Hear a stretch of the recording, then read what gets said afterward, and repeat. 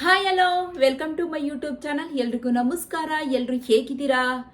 So ನಾನು ಈ ದಿನ ವಿಡಿಯೋ ಮಾಡ್ತಕ್ಕಂಥದ್ದು ಬಂದು ಗಂಟಲು ನೋವು, ಗಂಟಲು ಕಿರಿಕಿರಿಗೆ ಮನೆಯಲ್ಲೇ ಕಷಾಯ ಮಾಡಿಕೊಂಡು ಗಂಟಲು ನೋವನ್ನ ಹೇಗೆ ವಾಸಿ ಮಾಡ್ಕೊಳ್ಳೋದಂತ ನಾನು ಈ ವಿಡಿಯೋದಲ್ಲಿ ತಿಳಿಸ್ಕೊಡ್ತೀನಿ. ಯಾರು ಕೂಡ ಸ್ಕಿಪ್ ಮಾಡಬೇಡಿ, ಕೊನೆವರೆಗೂ ನೋಡಿ.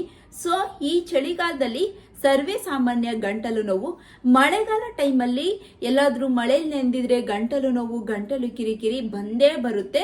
ಸೊ ಅದರಿಂದ ಮನೆಯಲ್ಲೇ ಹೇಗೆ ಕಷಾಯ ಮಾಡಿಕೊಂಡು ಗಂಟಲು ನೋವನ್ನ ನಿವಾರಣೆ ಮಾಡ್ಕೊಳ್ಳೋದಂತ ನಾನು ಈ ವಿಡಿಯೋದಲ್ಲಿ ತಿಳಿಸ್ಕೊಡ್ತೀನಿ. ಯಾರು ಕೂಡ ಸ್ಕಿಪ್ ಮಾಡಬೇಡಿ, ಕೊನೆವರೆಗೂ ಈ ವಿಡಿಯೋ ನೋಡಿ. ಆದಷ್ಟು ಶೇರ್ ಮಾಡಿ, ಲೈಕ್ ಮಾಡಿ.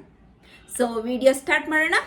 ಮೊದಲನೆಯದು, ಸ್ವಲ್ಪ ನೀರಿಗೆ ಉಪ್ಪು ತಗೊಂಡು ಪ್ರತಿನಿತ್ಯ ಯಾವಾಗ ಗಂಟಲು ನೋವು ಬಂದಿರುತ್ತೆ ಅವಾಗ ಪ್ರತಿನಿತ್ಯ ಬಾಯಿಯಲ್ಲಿ ಹಾಕಿ ಮುಕ್ಕಳಿಸೋದ್ರಿಂದ ಕೂಡ ಗಂಟಲು ನೋವು, ಗಂಟಲು ಕಿರಿಕಿರಿ ಬೇಗ ನಿವಾರಣೆ ಆಗುತ್ತೆ. ಸೊ ನಿಮಗೆ ಉಪ್ಪಿನ ನೀರು ತಗೊಳ್ಳೋದಕ್ಕೆ ಬೇಜಾರು, ಅದು ಒಂಥರ ಆಗುತ್ತೆ, ನಮ್ಗೆ ಇಷ್ಟ ಆಗಲ್ಲ ಉಪ್ಪಿನ ನೀರು ತಗೊಳ್ಳೋದಕ್ಕೆ ಅಂತ ಅಂದ್ರೆ ಸ್ವಲ್ಪ ನೀರಿಗೆ ಜೇನುತುಪ್ಪ ಬೆರೆಸ್ಬಿಟ್ಟು, ಸೊ ಅದನ್ನ ಕುಡಿಬಾರ್ದು, ನೀರಿಗೆ ಜೇನುತುಪ್ಪ ಬೆರೆಸ್ಬಿಟ್ಟು ಬಾಯಿಗೆ ಹಾಕಿ ಮುಕ್ಕಳಿಸೋದ್ರಿಂದ ಕೂಡ ನಮ್ಮ ಗಂಟಲು ನೋವು, ಗಂಟಲು ಕಿರಿಕಿರಿ ನಿವಾರಣೆಯಾಗುತ್ತೆ. ನೆಕ್ಸ್ಟ್ ಬಂದು ಬೆಳ್ಳುಳ್ಳಿ. ಸೊ ಬೆಳ್ಳುಳ್ಳಿ ಎಲ್ಲದಕ್ಕೂ ಆಲ್ಮೋಸ್ಟ್ ಆಲ್ ನಾವು ಉಪಯೋಗಿಸ್ತೀವಿ. ಯಾವಾಗ ನಮಗೆ ಗಂಟಲು ನೋವು, ಗಂಟಲು ಕಿರಿಕಿರಿ ಬಂದಿರುತ್ತೆ ಆ ಟೈಮಲ್ಲಿ ಒಂದೆಸ್ಲು ಬೆಳ್ಳುಳ್ಳಿ ತಗೊಂಡ್ಬಿಟ್ಟು ಬಾಯಲ್ಲಿ ಹಾಕಿ ಜಗಿದು ತಿನ್ನೋದ್ರಿಂದ ಕೂಡ ತಕ್ಷಣ ಗಂಟಲು ನೋವು, ಗಂಟಲು ಕಿರಿಕಿರಿ ಬೇಗ ನಿವಾರಣೆಯಾಗುತ್ತೆ. ನೆಕ್ಸ್ಟ್ ಬಂದು ಲವಂಗ. ಸೊ ನೀವು ಲವಂಗ ಎಲ್ಲರ ಮನೆಯಲ್ಲೂ ಇರುವಂತ ವಸ್ತೇ ಕೂಡ.